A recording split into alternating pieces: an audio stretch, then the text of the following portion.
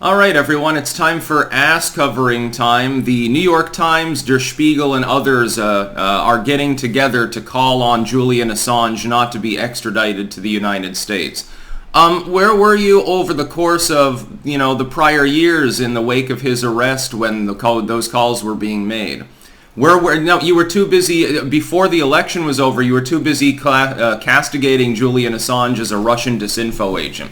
That's quite literally the line that they went with for some time now. I looked back, by the way, just out of my own curiosity, at my own videos about how early I had first weighed in on Assange. It was many years ago, but originally I was just talking about WikiLeaks releases. But then it was 4 years ago, actually, I think to the month, actually, that I first made a video calling for him to be released. Not just not extradited, he should be released. The Swedish charges against him were dropped. The UK, at some point, apparently had no effective problem with him.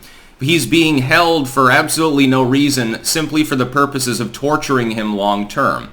Effectively, he's already been sentenced. He's been given life imprisonment. It doesn't matter which country he happens to reside in. That's just the case. The Ecuadorians decided to stab him in the back. They didn't have to do that. They decided to cuck. The British detaining him because the US has a problem with him. I would point out that Julian Assange did nothing illegal.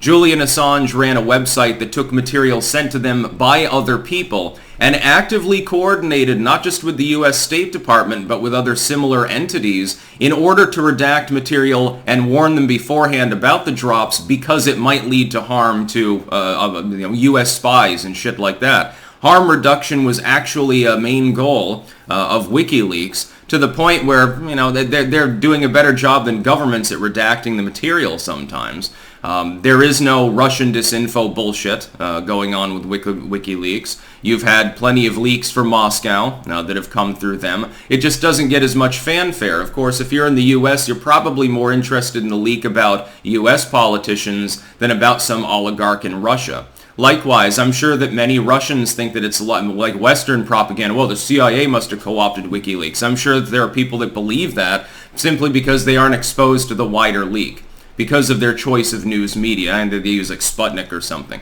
They're not going to get the same story. I find it very, very interesting that at this particular time, a few weeks after the midterms, again a coincidence because Julian Assange, evil, terrible man, Russian asset, and therefore adjacent to Trump, an orange man bad, so we're not going to talk about that before the fucking election. All of a sudden, now they say that he shouldn't be extradited. Well, it violates the spirit of journalism. We stand with our fellow journalists. We do similar things. Again, it's funny how for a few months there you weren't uttering such words. Only a handful of you uttered them to begin with. Again, it seems to be very much related to whether there's a mainline election going on in the United States at the time. And with Der Spiegel, it's very interesting for a goddamn German newspaper to call for him to be released because of my journalistic integrity, human rights, etc., etc. U.S. prison's bad, although that's true. Admittedly, the Europeans are correct about the prison conditions in certain parts of the United States, and you know that Julian Assange would not be getting the cushy cell.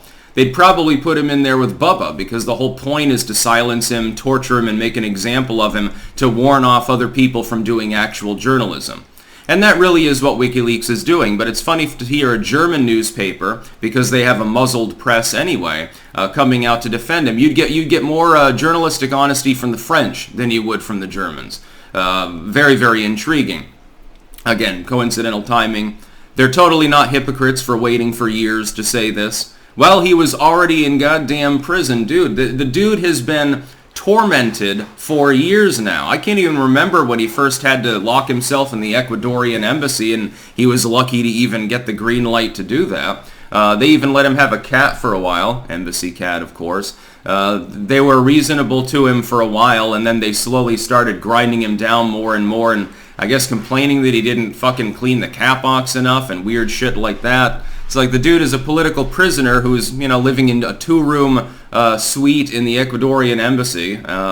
He's already basically in jail at that point, although he's certainly getting better treatment than, in an actual jail. Now he's spent years being tormented even worse, and now you're calling on him just not to be tormented any further. Now is the time. Okay, he's learned his lesson, I guess, is the real insinuation from the fucking New York Times here.